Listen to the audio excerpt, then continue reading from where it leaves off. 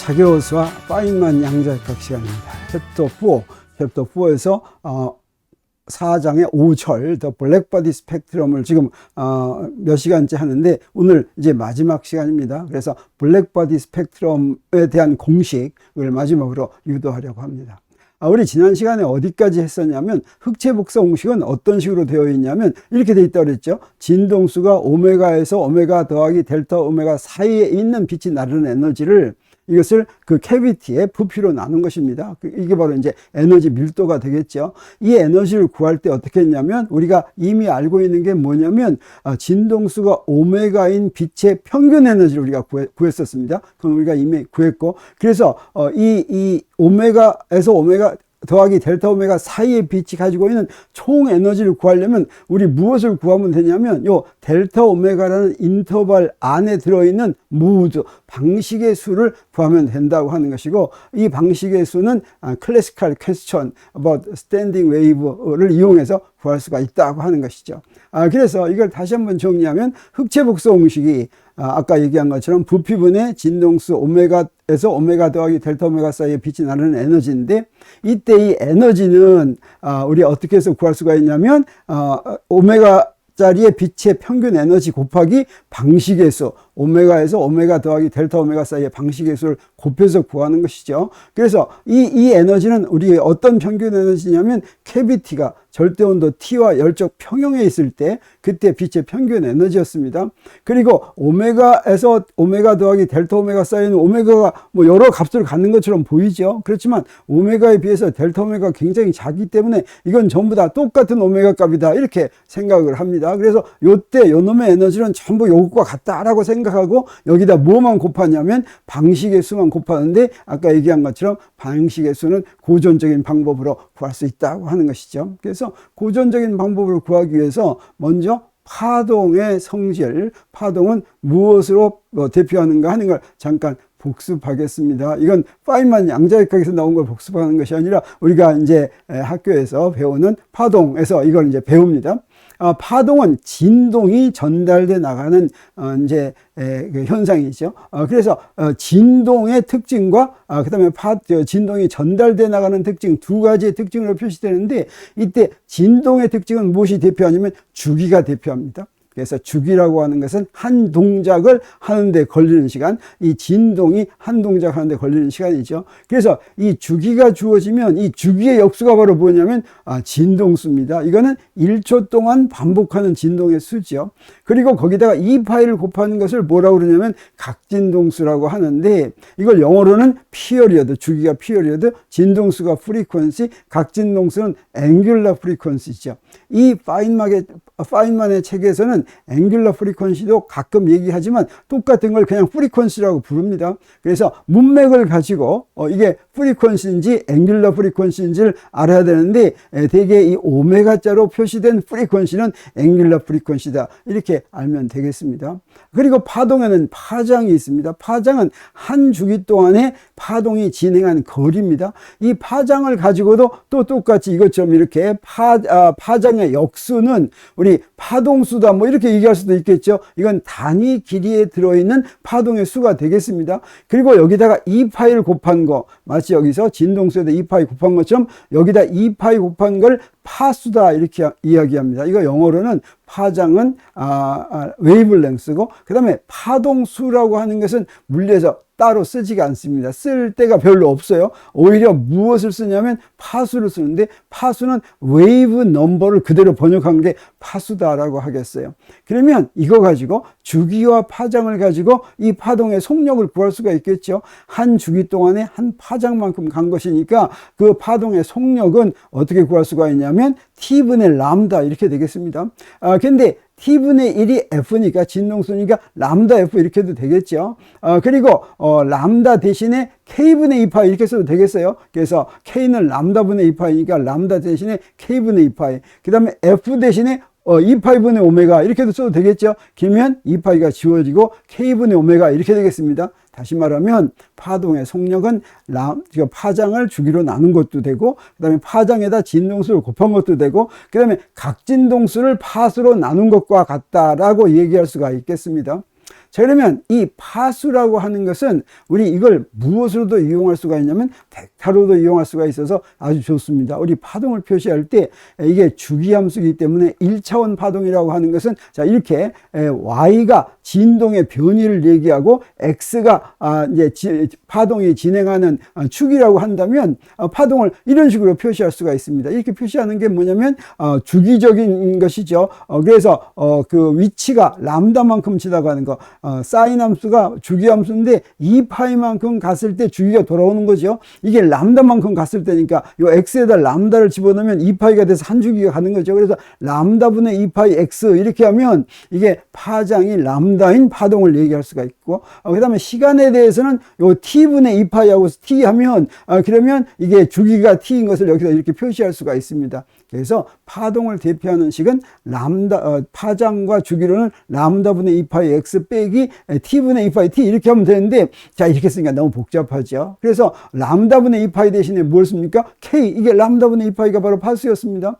그리고 t분의 2파이가 바로 뭡니까? 오메가죠. 그래서 이렇게 파동을 식으로 표시하는 데는 파수하고 각진동수를 이용해서 표시하면 아주 좋다고 하는 것이고, 이건 직선이라는 1차원인데 우리가 3차원 공간에서 어떤 파동이 움직인다고 한다면 그 파동이 움직이는 방향이 있다고 한다면 그 파동의 움직이는 방향을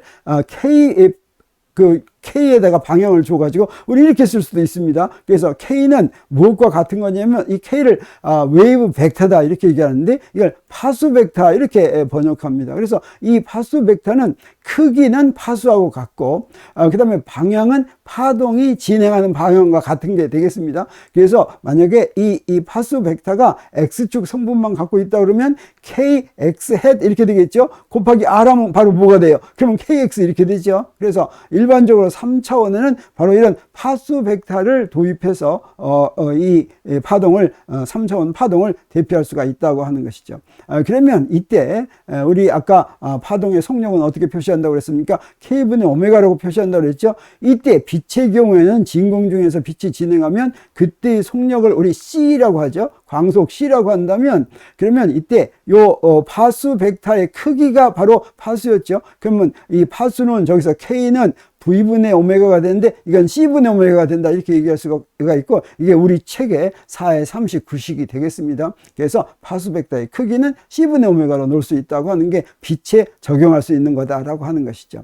그러면 방식이라고 하는 건 뭐냐면 이런 파동이 있을 수 있는 상태를 얘기합니다. 이 상태는 우리가 상자에 빛이 있다면 상자의 양 끝에는 이 빛이 노드 마디를 이루게 됩니다. 그래서 이건 마치 무엇과 비슷하냐면 우리가 1차원만 생각한다면 양쪽 끝을 고정한 그런 줄을 생각하면 좋겠어요. 그러면 양쪽 끝에 마디가 되면 어떤 것만 만들어질 수가 있습니까? 이런 것들이 만들어질 수가 있는데, 그러면 그런 경우에 파장들이 여러 가지가 있게 됩니다. 이 첫 번째 경우에는 가만 봤더니 이게 저기 맨 위에 있는 건 바로 뭐가 됩니까? 반파장이 되죠. 한 파장은 사인에서 한번 2파이 간 게 사인이니까 좀 반파장이 되겠어요. 그래서 여기 전체를 이 줄의 길이라고 한다면 이 경우는 맨 위에 있는 경우는 반파장이 바로 줄의 길이와 같은 겁니다. 그래서 2분의 람다1, 첫 번째 파장은 람다1이라고 하면 2분의 람다1의 한 배가 줄의 길이와 같다. 그러면 이걸 다시 람다1으로 쓰면 람다1은 1분의 2L 이렇게 되겠죠. 이걸 파수로 바꿨을 것 같으면 K1은 람다1분의 2파이니까 이 람다1을 여기다 집어넣을 것 같으면 뭐가 되냐면 2L분의 2파이 이렇게 됩니다. 그래서 1 곱하기 L분의 파이다 이런 걸 알 수가 있겠어요. 두 번째 건 뭐냐면 반파장이 두 개 있는 거죠. 그래서 이 두 번째 거의 파장은 반파장 두 번 곱한 것이니까 람다2는 2분의 2L 이렇게 되고, 그럼 이걸 파수로 쓸 것 같으면 마지막으로 L분의 파이를 2배 한 게 되겠습니다. 이렇게 해서 이런 게 반파장이 제2번 들어있는 거다라고 한다면 여기 반파장의 제2번째 하고 쭉 갈 것 같으면 뭐가 되겠습니까? 파수가 바로 L분의 파이의 제2배와 같다 이렇게 얘기할 수가 있겠죠. 자, 이런 것들이 하나하나의 방식이 되겠습니다. 그래서 이런 방식들을 가지고 이런 방식이 몇 개나 있는가 하는 것을 얘기하는 것이죠. 그래서 양 끝을 고정한 길이가 L인 줄에 생기는 정상파의 경우는 우리가 여기서 있는 것처럼 제2번째 방식이라고 하는 건 바로 여기에 있는 이거예요. 그래서 반파장이 제2개 들어있는 게 이게 제2번째 방식의 파장이 되겠습니다. 그러면 우리 여기서 구한 것처럼 제2번째 파장의 파장은 제2분의 2L 이렇게 됐죠. 그래서 이건 무엇과 같냐면 제2번째 방식의 파수를 구한다고 하면 KJ는 어떻게 됐습니까? J 곱하기 L분의 파이 이렇게 됐죠. 자, 그래서, 자, 이런 파수들이 이제, 그 몇 개가 있는가 하는 걸 우리가 세워야 되는 것입니다. 그래서, 우리 이 K하고, 각진동수하고는 서로 이제 그 관계가 있었죠. 어떤 관계가 있었습니까? K는 C분의 오메가 이런 관계가 있었죠. 그래서 K의 범위는 오메가의 범위와 같은데 우리 지금 오메가가 오메가에서 오메가 더하기 델타 오메가 사이의 방식인데 그거보다도 먼저 K를 가지고 먼저 방식을 정합니다. 그리고 이걸 나중에 이제 오메가를 가지고 그 방식의 숫자를 이제 만들려고 하니까 먼저 파수가 K와 K 플러스 델타 K 사이의 방식을 구하겠어요. 1차원의 경우에. 그러면 K가 쭉 있다면 모든 K 값이 다 가능한 것이 아니라 아까 K1, K2, K3 이런 건 가능했죠. 자, 이런 게 쭉 가능하다고 그랬겠어요. 이런 것들이 이렇게 쭉 가능하다. 요거 어땠습니까? 요 둘 사이의 간격은 다 똑같았습니다. 둘 사이의 간격이 다 뭐였어요? L분의 파이였죠. L은 줄의 길이였습니다. 그래서 요게 만약에 제2번째다. 그러면 이때의 파수는 어떻게 됐어요? 이때의 파수, 제2번째 파수는 J 곱하기 L분의 파이 이렇게 됐죠.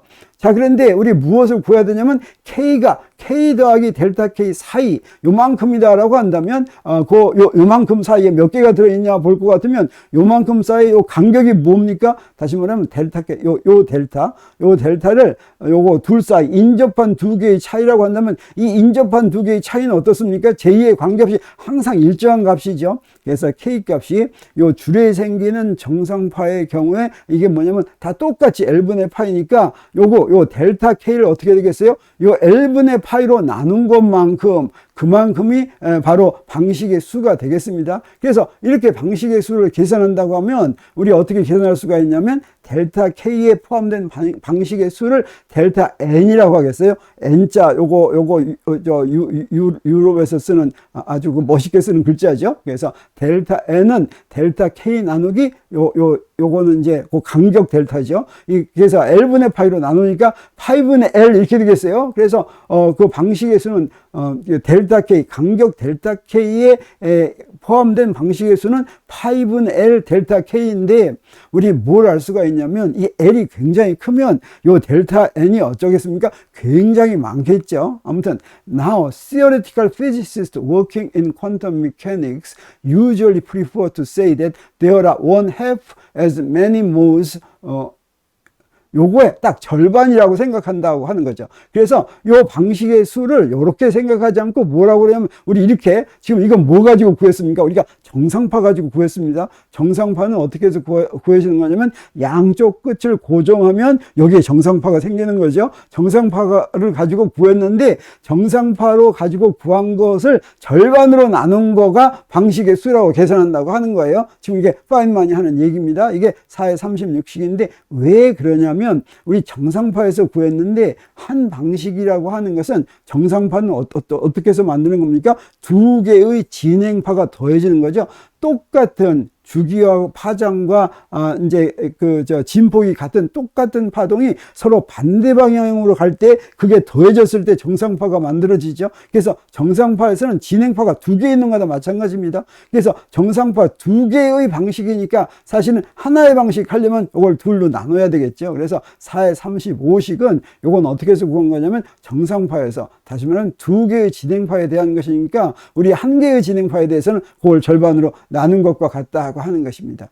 그래서 이제 우리 1차원에 대해서 했으니까 우리 이것을 3차원으로 확장하려고 하는데 3차원으로 확장하려고 하는 것은 사실은 어렵지가 않습니다. 각각을 우리 2차원으로 잠깐 볼 것 같으면 여기 2차원을 한쪽 이렇게 있고 이렇게 했을 때 여기 파수 벡터를 이렇게 계산하면 이 파수 벡터 중에서 X축 방향의 파수하고 y축 방향의 파수 성분이 갖는 성분의 방식의 수를 이제 구해서 다 곱해버리면 됩니다. 3차원의 경우는 어떻게 되겠어요? kx, ky, kz의 방식의 수를 하면 되겠죠. 그래서 파수 벡터는 우리가 직각좌표기에서는 이렇게 x축 방향 성분, y축 방향 성분, z축 방향 성분으로 이제 쓸 수가 있는데, 우리 이 1차원에서는 어떻게 했어요? 제2번째 방식의 파수가 이제 이렇게 됐었죠. 근데 3차원에서는 세 성분 가지고 얘기하니까 우리 이 x축 성분의 방식 똑같이 이거하고 똑같습니다. 그래서 kx의 j2x번째, j2x번째는 x축에 j2에 해당하는 거예요. j가 1, 2, 3, 4 이런 거죠. j2x번째 성분은 여기 jx의 lx분의 파이, lx는 x축 방향의 줄의 길이가 되겠어요. 그 다음에 ky는 ky의 jy번째는 jy의 y분의 파이를 곱하고, 그 다음에 kz의 jz번째 파수는 jz의 lz분의 파이를 곱한 것이니까 그게 방식의 수죠. 그래서 우리 1차원에서는 j 번째 방식의 수는 이렇게 됐고, 그 다음에 델타 k에 대한 방식의 수는 이걸로 구했으니까 우리 이걸 3차원으로 확장하려면 어떻게 하면 되겠습니까? 3차원으로 확장하려면 요 세 개가 있는데, 요 세 개에서부터 델타 nx, 델타 ny, 델타 nz를 구할 수가 있겠죠. 다시 말하면 x축 방향 성분의 방식의 수, y축 방향 성분의 방식의 수, z축 방향 성분의 방식의 수니까 이걸 다 곱한 것이 사실은 3차원의 경우에 방식의 수다, 이렇게 얘기할 수가 있겠습니다. 그래서 이걸 다 곱해봤더니 어떻게 됩니까? 이걸 다 곱했더니 어떻게 되냐면 마지막으로 2파이 3승분의 lx, ly, lg, lz 이렇게 됐죠. 그리고 델타 kx, 델타 ky, 델타 kz 이렇게 되는데, 요 lx, ly, lz가 바로 이게 뭐냐면 이건 부피가 되죠. 그 상자의 부피. 그 다음에 델타 kx, 델타 ky, 델타 kz는 k 스페이스, 파수 벡터 공간의 작은 부피가 되겠습니다. 그래서 This result comes up again and again in many problems and should be remembered. 자, 이 결과가 자꾸 나오니까, 자, 이게 바로 뭡니까? 방식의 숫자 계산하는 결과예요. 그래서 전체로 3차원에서 dnk는 이렇게 된다라고 하는 델타를 d로 바꿔 썼습니다. 델타가 이제 미분으로 되면, 델타는 작게 하면 이게 미분이 되는 거죠. 그래서 여기 델타 kx, 델타 ky, 델타 kz는 미분으로 d 3승 k 이렇게 되겠어요. 그래서 요거는 k 스페이스에서 3차원 부피 요소가 되겠습니다. 그리고 요거는 dnk 하면 dnk는 요 부피 요소, 요 부피 공간, 요 부피 요소에 포함되어 있는 방식의 숫자는 이렇게 해서 구한다. 상자의 부피 곱하기 d3승 k의 2파이 3승으로 나눈 것인데, 우리 이 식은 지금 우리 어떻게 구했습니까? 직육면체를 가지고 구한 거죠. 근데 사실은 요 부피는 직육면체뿐 아니라 아무 쉐입으로 되어 있더라도 부피를 구할 수가 있겠죠. 그래서 사실은 이 4의 38식은 꼭 직육면체에서만 성립하는 것이 아니라 아무 쉐입에서나 성립한다, 이렇게 얘기할 수가 있겠고, 요 V는 바로 뭐에 해당하는 거냐면 LX, LY, LZ, 그 다음에 D3승 K는 바로 델타 KX, 델타 KY, 델타 KZ에 해당하는데, 우리 이제 무엇 할 일이 남았습니까? 이거는 K 스페이스에서 방식의 수를 구했죠. 이제는 뭘 해야지 되냐면 K 함수에서 방식의 수가 K의 함수에서부터 오메가 함수로 바꿔야 되죠. 그래서 흑체 복사 공식이 바로 진동수가 오메가에서 오메가 델타 오메가 사이에 빛이 나르는 에너지니까 요 사이의 방식의 수를 구해야 되겠습니다. 그래서 요 놈은 우리가 이미 이제 구해 놓은 것이고, 여기다 이걸 구하는데 요건 바로 무엇입니까? 요 방식의 수는 각 벡터의 성분이 kx에서 kx 더하기 델타 kx, 그 다음에 ky에서 ky 더하기 델타 ky, 그 다음에 이건 kz에서 kz 더하기 델타 kz 사이에 이런 방식의 수인데, 요걸 요 놈으로 바꾸려면 우리 어떻게 해야 될까? 요건 바로 델타 n 오메가 이렇게 되겠죠. 그러면 이 델타 n 오메가를 여기서부터 어떻게 구할 수 있을까 하는 게 이제 우리 지금 여기서 해야지 될 일이 되는데, 요거는 K하고 오메가 사이의 관계식을 이용하면 되겠죠. 이 K하고 오메가 사이의 관계식이 바로 뭐였습니까? 4의 39식이었습니다. 그래서 요걸 설명한 걸 볼 것 같으면 So in a frequency interval 델타 오메가, 진동수 간격 델타 오메가에서는 These are all the nodes all the modes which corresponds to K's with a magnitude between K and K 더하기 델타 K independent of direction. 그래서 요건 오메가는 어떻습니까? 여기 K의 절대값이니까 요 오메가 더하기 델타 오메가라고 하는 것은 이 K의 크기가 K 더하기 K에서부터 K 더하기 델타 K고 이 K는 어떻게 해서 결정이 돼요? 이 식으로 결정이 되는 거죠. 이 얘기는 무슨 얘기냐면 방향과 관계없이 요거의 크기가 K에서 K 더하기 델타 K가 되려면 K 스페이스에서 바로 뭐가 되겠습니까? K 공간에서 K가 같은 게 구가 되겠죠. 이거는 그래서 구 껍질이 되겠어요. 그래서 요거 the volume in K space between K and K plus delta K is a spherical shell of volume 4파이 K 스퀘어 델타 K. 그래서 요게 바로 뭐냐면 구 껍질, K 스페이스에서의 구 껍질의 부피에 해당하는 거니까 이게 그냥 우리 공간 3차원 공간에서 여기 이런 게 있다면 구 껍질을 우리 계산합니다. 여기 반지름이 R이고 그러면 반지름이 R이면 반지름이 R인 구 표면의 넓이는 뭐가 됩니까? 4파이 R 제곱이죠. 근데 거기에 껍질의 두께가 델타 R이라고 한다면 그 껍질의 부피는 그냥 한 넓이에다가 요 간격만 곱하면 되죠. 요게 이 껍질의 간격이 미분일 것 같으면 이거 항상 성립합니다. 그래서 요 구 껍질의 부피는 바로 뭐가 되냐면 4파이 R 제곱 델타 R인데 요 R 대신에 뭘 썼습니까? K 스페이스라고 했으니까 K의 크기가 바로 K 스페이스에서 반지름이 되겠어요. 그럼 여기다 델타 K 곱한 거니까 K 스페이스에서의 구 껍질의 부피는 바로 뭐가 되냐면 4파이 K 제곱 델타 K가 되는 걸 우리 여기서부터 알 수가 있겠어요. 그러면 자 요거 가지고 우리가 구하면 되겠습니다. 그래서 우리 델타 N K가 이렇게 된다고 그랬는데 요게 바로 뭐였습니까? 요 D 삼승 K가 K 스페이스에서 우리가 방식을 구하는 볼륨 엘리먼트였죠. 그 볼륨 엘리먼트가 K에서부터 K 더하기 델타 K 쌓이면 그게 바로 구 껍질의 부피죠. 그래서 그 구 껍질, K 스페이스에서 구 껍질의 부피로 바꿨을 것 같으면 저거 대신에 D 삼승 K 대신에 4파이 K 제곱 델타 K 이렇게 쓰면 되겠습니다. 자, 그래서 요거 D 삼승 K가 바로 여기에 해당한다라고 하는 걸 우리 알 수가 있고, 그래서 요놈 델타 오메가는 이렇게 썼는데 이제 델타 오메가를 이렇게 써놨는데 요 K를 무엇으로 바꿔 써야 되겠어요? 오메가로 바꿔 써야 되겠죠. 그래서 요걸 바꿨을 때 여기 간단하게 하기 위해서 가만 봤더니 2파이 3승분의 4파이 하면 요게 바로 뭐가 됩니까? 2파이 제곱분의 1이 되죠. 그래서 요걸 이렇게 바꿔 썼어요. 그래서 2파이 제곱분의 K 제곱 델타 K 이렇게 썼습니다. 그러면 however, since we are now interested in frequencies, we should substitute K equal to omega over C. So we get the following. 자, 그래서 우리 간단하게 요 식을 이용해서 K 대신에 C분의 오메가를 바꿔 쓰기만 하면 됩니다. 그러면 이제 오메가 함수로 되는 거죠. 이렇게 바꿔 썼더니 어떻게 됩니까? 네, 요거 K로 있던 거를 자, 오메가로만 바꿔 쓰면 여기에 C분의 오메가에서 C가 3승이 여기 C의 제곱 나오고 여기 C 나오고 C의 3승이 나오죠. 그래서 다른 건 다 똑같고 여기에 C 3승만 하나 더 붙었습니다. 이게 4의 41씩이 됐는데, 자, 이렇게 해서 델타 N 오메가를 우리가 구한 것 같은데 여기에 there is one more complication. 하나 또 수정해야 될 일이 하나 더 있습니다. 그게 바로 뭐냐면 if we are talking about modes of an electromagnetic waves for any given wave vector K, there can be either of two polarizations at right angles to each other. 전자기파는 폴라라이제이션이 있는데 두 개의 폴라라이제이션으로 나뉘고 이 각각의 폴라라이제이션이 두 개가 서로 독립이기 때문에 같은 하나의 파수의 일렉트로마그네틱 웨이브라도 두 가지가 있다고 하는 거죠. 그래서 방식이 두 개 있는 거나 마찬가지니까 둘을 곱해줘야 되겠다라고 하는 거예요. Since these modes are independent, 두 개 폴라라이제이션에 서로 직교하는 것은 서로 독립이기 때문에 we must for light, 빛의 경우에는 we must double the number of modes.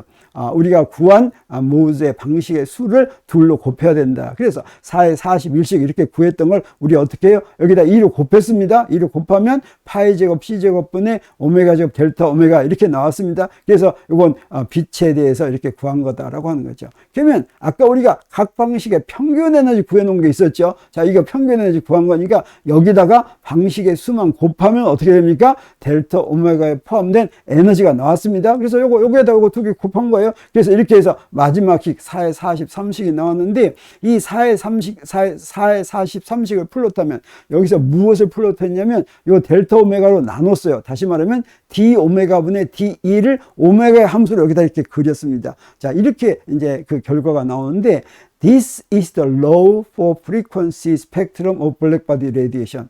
이게 바로 우리가 앞에서 블랙바디 레디에이션 하면 여러 가지 진동수가 다 나오는데, 그 진동수가 그 블랙바디 레디에이션의 세기가 진동수별로 다르다라고 그랬습니다. 그래서 진동수가 작을 때서부터 좀 커지다가 다시 작아지는 거, 이게 단지 무엇만의 함수라고 했습니까? 이게 절대온도만의 함수라고 했죠. 그리고 이 식이 바로 플랑크가 유도한 식하고 원칙적으로 똑같은 식이 되겠습니다. 그래서 you see now that the answer depends on the fact that the photons are Bose particles.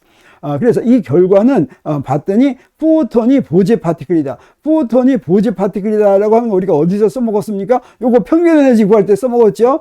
그래서 어떻게 해서 이런 평균 에너지 이런 게 나왔냐면 which have a tendency to try to get all into the same state.